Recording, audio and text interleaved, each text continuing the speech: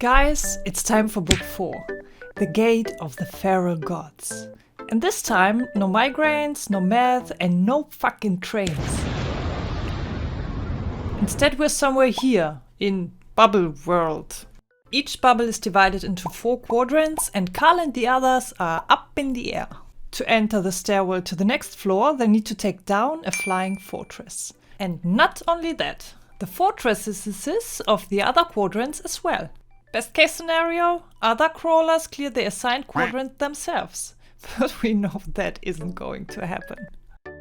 Back to the plot. Donut needs a new class. She does not choose Nighttails, which is honestly disappointing.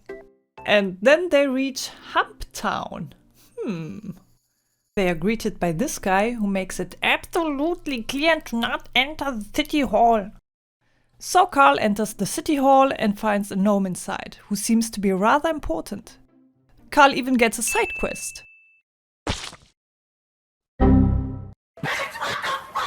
Turns out the gnome was the only reason the town didn't get bombed by the castle in the sky. And now they have to prove that he's still alive. So Donut does her solo leveling thing and they tape him to the new vehicle.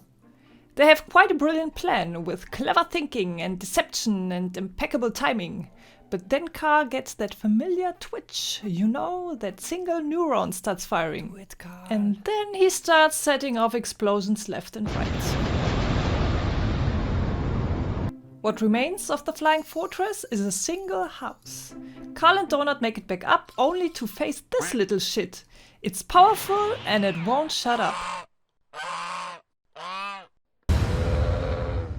And the Carl way to silence it?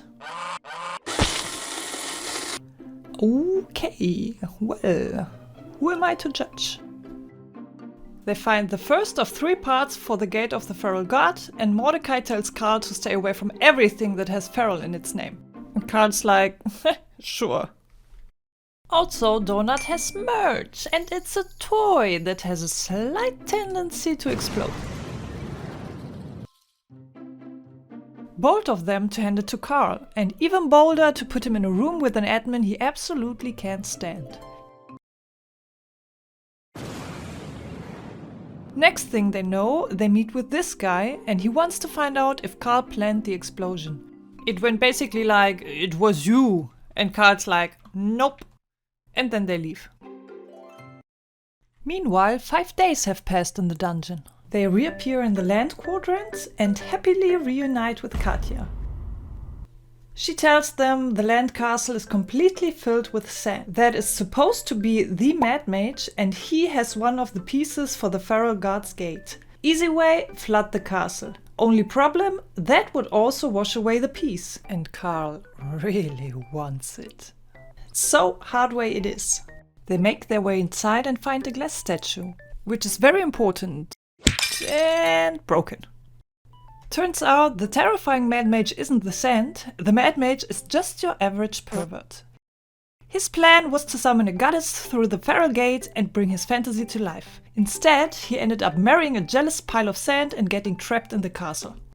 Carl, as usual, sets everything on fire, Katja escapes with the mage who doesn't exactly live long after, and the castle gets flooded. Carl and Donut eventually make their way back to land, and that's another piece of the feral gate secured. But back to the head. There she finally is. Samantha. With that, air, water and land quadrant are cleared. To get into the tomb, Carl, Katja, a random supporting character, and that one guy we all know is going to die, head back to the water quadrant. And since I'm an engineer, I'll provide a highly accurate diagram. Basically, someone put a submarine in the wall and turned it into the world's dumbest water pump, pumping the ocean straight into the tomb. So the sub needs to be turned off. In the sub, they finally find the last piece of the Feral God's gate. Then they fight a massive octoshark who chomps the sub right out of the wall and thus draining the tomb. They manage to kill it, and to escape the depth, Carl finally activates the gate.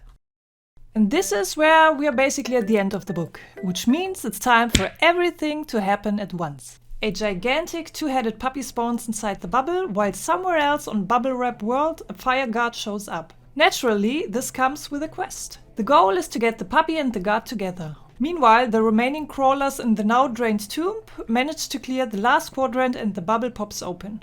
To make it way harder, crawlers from other bubbles also get a new quest, and the reward is really good. And one particularly annoying shithead decides to give it a shot. The puppy almost dies, which makes Carl reconsider the entire plan. Instead of bringing the puppy to the god, he'll bring the god to the puppy. There is just one problem. Carl needs to become one of the god's worshippers first. Even though his cookbook has been telling him really to not ever do that. He throws a god summoning grenade and finally ports the god to his dog. The puppy and the god are reunited, disappear, the quest is complete, and everyone can finally... Nope! Katja opens the gate one last time, underwater. She's sending the ocean straight into Larakos, the faction city in the 9th floor. Millions of gallons of seawater, sharks and sea monsters come pouring through, which is great for Carl and absolutely devastating for the dungeon plans. No more merchants, no hunter supplies, no gear for the faction war's armies.